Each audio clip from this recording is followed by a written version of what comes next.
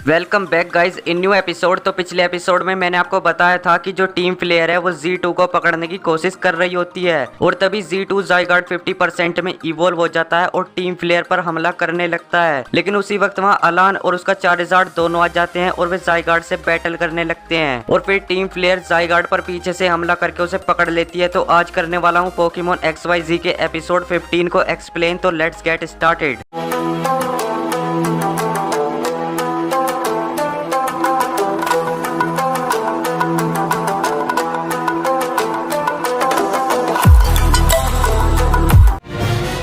A watershed moment!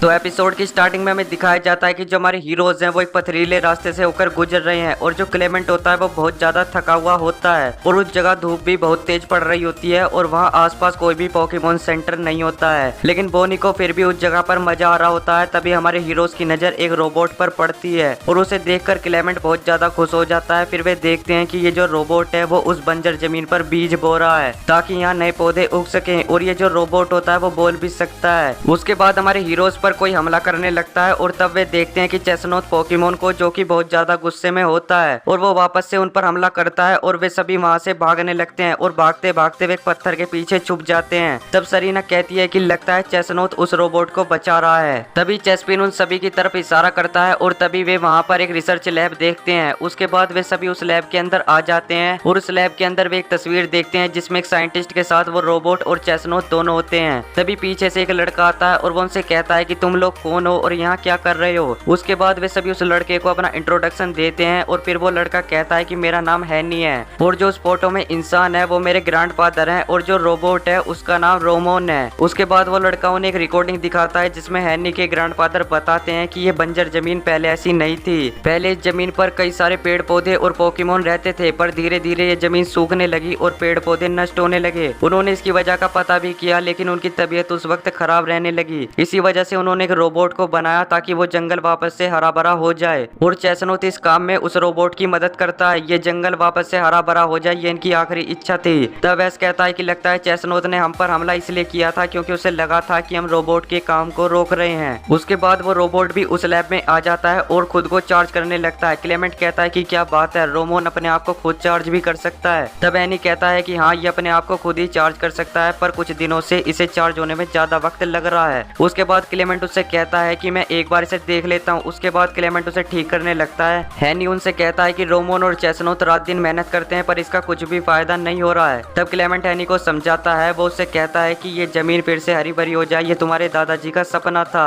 और इसे पूरा करने के लिए रोमन और चेस्नोथ दिन रात मेहनत करते हैं। जब ये दोनों हार नहीं मान रहे हैं तो तुम कैसे हार मान सकते हो। हैनी उसकी बात को समझ जाता है और वो कहता है कि मैं भी आज से अपनी पूरी कोशिश करूंगा। तभी रोमोन वापस से चार्ज हो जाता है और वापस से जमीन की खुदाई के लिए जाने लगता है। फिर हमारे हीरोज भी हैनी की मदद करते हैं। तभी चेस्नोथ पोकेमॉन वापस आ जाता है लेकिन हैनी उसे समझा देता है कि ये हमारे दोस्त हैं, ये हमारे दुश्मन नहीं है, ये हमारी मदद करना चाहते हैं और चेस्नोथ उसकी बात को समझ जाता है। उसके बाद क्लेमेंट कहता है कि पहले हमें ये पता लगाना होगा कि इस जमीन पर पेड़ पौधे उग भी सकते हैं या नहीं। तब एस कहता है कि ये हम ऐसा कैसे करेंगे। तभी क्लेमेंट उन सभी को अपना एक नया आविष्कार दिखाता है। फिर वो उस आविष्कार की मदद से ये पता करने की कोशिश करता है कि क्या इस जमीन पर पौधे उग भी सकते हैं या नहीं। लेकिन उसकी मशीन उसे बताती है कि इस जगह पर पौधों का उगना नामुमकिन है। फिर बोनी कहती है कि तो अब हम क्या करें। तब क्लेमेंट कहता है कि अगर यहाँ पहले जंगल हुआ करता था तो यहाँ आसपास की जमीन के नीचे पानी जरूर होगा। फिर क्लेमेंट अपने लग्जरे और एस अपने नोईबैट को चुनता है और फिर वे दोनों उनसे कहते हैं कि तुम दोनों पानी का पता लगाओ। इसके बाद चेस्पिन भी अपनी वाइन की मदद से पानी को ढूंढने की कोशिश करता है और उसे देखकर चेस्नोथ भी ऐसा करता है। उसके बाद हम देखते हैं कि टीम रॉकेट को, जो कि चेस्नोथ को पकड़ने का प्लान बनाने लगती है। उसके बाद चेस्पिन को जमीन के नीचे पानी मिल जाता है। फिर लग्जरे और नोईबैट उस जमीन को चेक करते हैं और उन्हें भी पानी मिल जाता है। उसके बाद क्लेमेंट बनलबी का यूज करता है और उसे गड्ढा खोदने के लिए कहता है। फिर वे सभी गड्ढा खोदने लगते हैं पर तभी गड्ढा खोदते हुए उनके रास्ते में एक बड़ा सा पत्थर आ जाता है। फिर क्लेमेंट अपनी मशीन की मदद से चेक करता है और वो कहता है कि ये बहुत ज्यादा बड़ा पत्थर है और पानी इसके नीचे है, तो हमें इस पत्थर को कैसे भी हटाना होगा। फिर चेस्पिन और चेस्नोथ पिन मिसाइल का यूज करते हैं बट उस पत्थर पर उसका थोड़ा सा भी असर नहीं होता है। उसके बाद हमारे हीरोज अपने सभी पोकेमॉन्स को बाहर निकाल लेते हैं। सबसे पहले वे सभी उस पत्थर को गर्म कर देते हैं और फिर वे सभी अपने पोकेमोन्स का एक एक अटैक उस पत्थर पर लगवाते हैं। बट उन सभी के एक साथ अटैक करने से भी इस पत्थर को थोड़ी सी भी खरोच नहीं आती है। उसके बाद वे उस पत्थर पर रस्सी बांध देते हैं और उसे खींचने ही वाले होते हैं, पर तभी एक डिवाइस उन्हें पकड़ लेता है। फिर वे सभी देखते हैं कि ये हरकत टीम रॉकेट की है। सरीना कहती है कि अब तुम्हें क्या चाहिए। तब टीम रॉकेट कहती है कि हम इस चेस्नोथ को पकड़ने आए हैं। तभी वहाँ रोमोन आ जाता है और वो टीम रॉकेट से कहता है कि यहाँ से हट जाओ, यहाँ बीज बोए गए हैं। लेकिन टीम रॉकेट उसकी बात नहीं सुनती है और वो उस पर हमला कर देती है। फिर रोमोन को वो पल याद आने लगता है जिसके लिए साइंटिस्ट ने उसे बनाया था